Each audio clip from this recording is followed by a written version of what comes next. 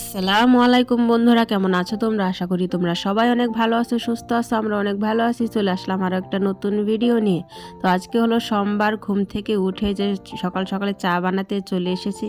রান্নাটা ভীষণ ঝাল, সেই জন্য অল্প করেই দিলাম।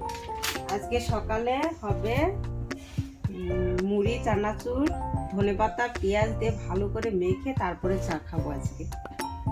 এই যে একটু পেঁয়াজ কুচি দিয়ে দিলাম, তারপরে এই যে ধনেপাতা কুচি। এরকম করে মুড়ি মাখা দিয়ে চা খেতে না ভীষণ ভালো লাগে, ভীষণ। আমাদের বাড়িতে সবাই ভীষণ ভালোবাসে, তো সবাই খায়। এটা কিন্তু সন্ধ্যার সময়ও কিন্তু খাওয়া যায়। একটু তেল দিয়ে দিব, অল্প একটু নুন দিয়ে দিব,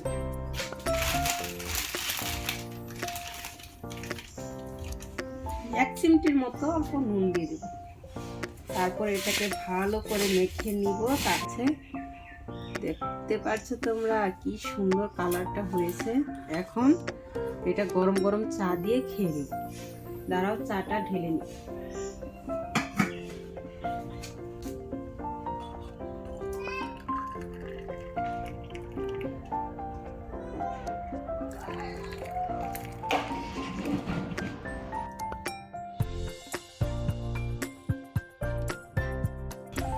এই যে বন্ধুরা, এখন এই যে চা মুড়ি নিয়ে বাইরে চলে আসলাম, রোদের মধ্যে বসে বসে খাবো।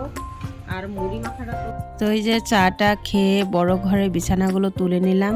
তো এখন এই যে একটা কম্বল রোদে দিয়ে নিচ্ছি। এটা আমার মেয়ের কম্বল, এটা আমার মেয়েকে দেই, তো সেই জন্য ভাবলাম একটু রোদে দিয়ে নিই, একটু গরম হয়ে গেলে ভালো হবে। তো পাশের বাড়ি ছেলে একটা ডাকাডাকি করছিল, তার কারণ আমার হাজব্যান্ড বাজার করে ওই ছেলেটার কাছে পাঠিয়ে দিয়েছে, সেই জন্যে আমাকে আর কি ডাকছিল। তো আমি সবজিগুলো নিয়ে নিলাম।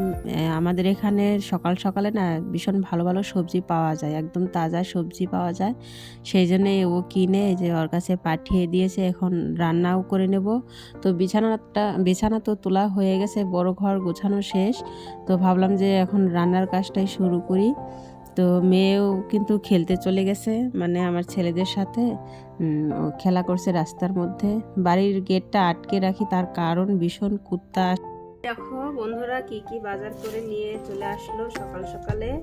ধনেপাতা, আলু, বেগুন, ফুলকপি আর কিছু ফল, আপেল নিয়ে এসেছে বাচ্চাদের জন্য।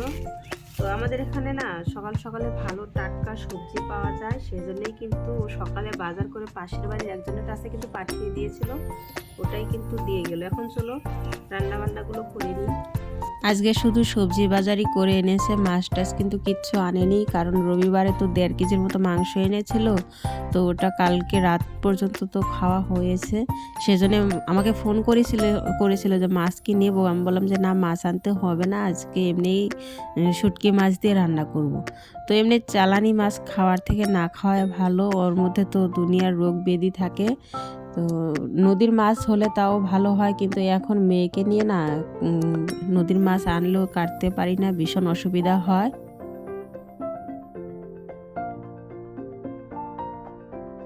এই দেখো বন্ধুরা, আমাকে কাজ করতেই দিচ্ছে না, ওই সবজি টুবজি ধুচ্ছে। দেখতে পাচ্ছ ফেলে টেলে কি করে ফেলেছে। এই যে দেখতে পাচ্ছ, এত মানে দুষ্টুমি যে করে।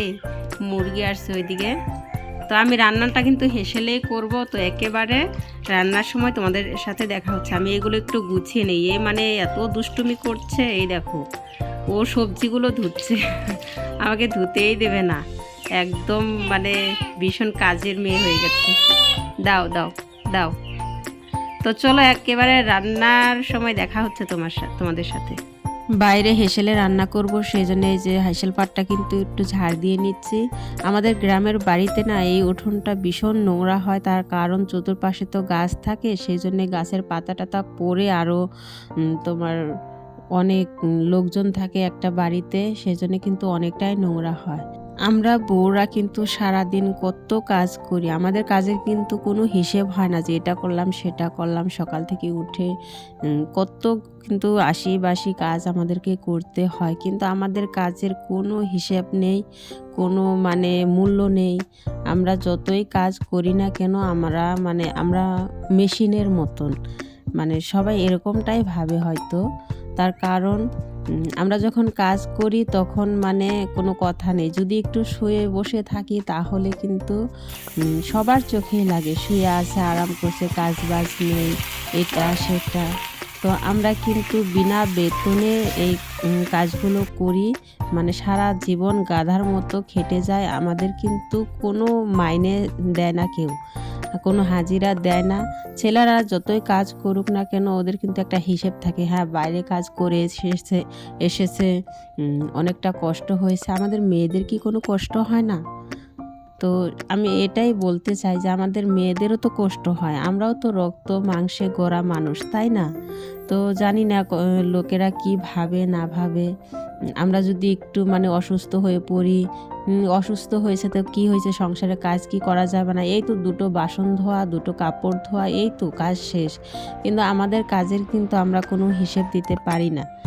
আমরা কিন্তু সারাদিন একটু মানে বসেও থাকতে পারি না, শুয়েও থাকতে পারি না। আমরা সকালে ঘুম থেকে উঠি, আবার সেই রাত্রের 10টা-11টা পর্যন্ত সেইভাবে একেরভাবে সারাদিন কাজ করে যাই। আমাদের স্বামীদের যদি কিছু হয় তাহলে আমরা খেয়ে না খেয়ে কিন্তু তাদের সেবা করার চেষ্টা করি, তারা কিভাবে ভালো থাকবে, কি খেতে চায়, কখন ওষুধ দিতে হবে না হবে। আর ওদের কিন্তু ছুটিও আছে এর মধ্যে, তোমার রবিবারে ছুটি পাবে, বন্ধ আছে, আজকে ছুটি, কালকে ছুটি, পরশু ছুটি।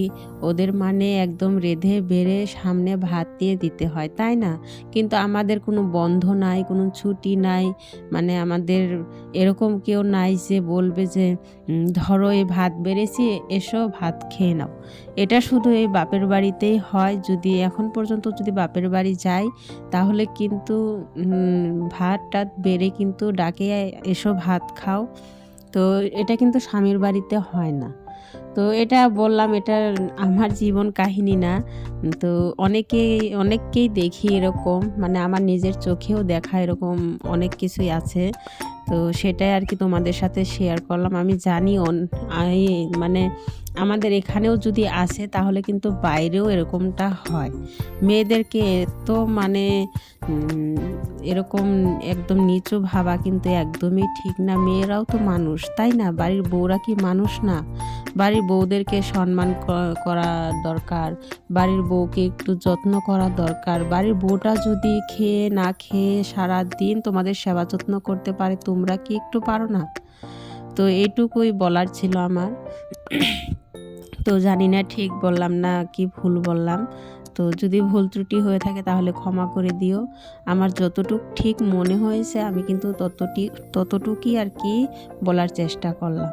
তো আমার হাজব্যান্ড কিন্তু ভীষণই ভালো, ও কিন্তু আমাকে অনেকটাই সময় দেয়, অনেকটাই কেয়ার করে।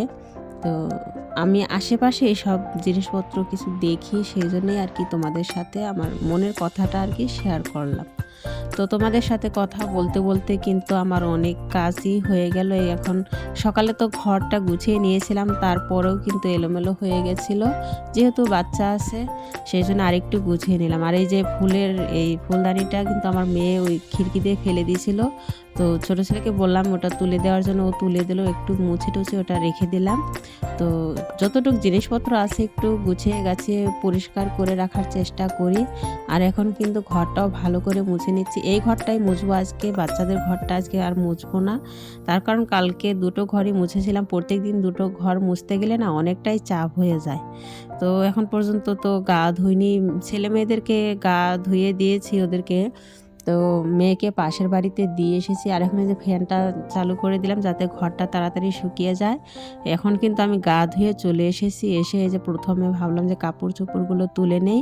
আজকে কিন্তু আমি কাপড় ধুইনি, এইগুলো কিন্তু কালকের কাপড় আমি মেলে দিয়েছিলাম, যেহেতু ভেজা ছিল মেলে দিয়েছিলাম, শুকিয়ে গেছে। এখন এই যে তুলে নিচ্ছি, কার্পেটটাও একটু রোদে দিয়েছিলাম, ঘর মুছেছিলাম, সেই জন্যে এখন এগুলো পেতে দিই, যেহেতু মেয়ে সবসময় হাঁটাচলা করে তো সেই জন্যে, পাকা তো ঠান্ডা, ওই জন্য এটা পেরে রাখলে একদম ভালো হয়, এখানটায় বসেও খেলতে পারে। এখন কিন্তু সন্ধে হয়ে এসেছে প্রায়, তো ভাবলাম যে খিড়কিগুলো লাগিয়ে দেই। আর গা ধুয়েছি কখন, একটু ক্রিম লাগানোর কিন্তু সময় পাইনি। তো ভাবলাম যে একটু ক্রিমও লাগিয়ে নেই। আর শীতকালে না একটু ক্রিম না লাগালে, হাত পায়ে একটু তেল টেল না দিলে না একদমই ভালো লাগে না। আর ওই ঘরটা মুছেছিলাম, সেই জন্য মেয়ে ঘুমিয়েছিল এই ঘরে, এই যে শুইয়ে দিয়েছিলাম, ও এখনও ওঠেনি, ওকে দেখছিলাম যে উঠলো কি উঠলো না। তো ওই ঘরের খিড়কিগুলো কিন্তু লাগিয়ে দিয়ে চলে আসুন, ঝাড় দিয়ে দিয়ে এখানটায় জঙ্গলগুলো জড়ো করে রাখি। ভেবেছিলাম যে গা ধোয়ার আগেই আগুনটা ধরিয়ে দেবো, কিন্তু ভাবলাম যে গা ধোয়ার পর তো অনেকটা ঠান্ডা লাগে, তো গা ধোয়ার পরে কিন্তু ধরিয়ে দেবো। এখন একটু আগুনটা তাপিয়ে নেব, হাত পাগুলো গরম করে নেব একটু। তো ভিডিওটা যদি ভালো লাগে তাহলে লাইক, কমেন্ট, সাবস্ক্রাইব করে দিয়ে আমার পাশে একটু থেকো। কালকে আরও একটা নতুন ভিডিও নিয়ে চলে আসবো।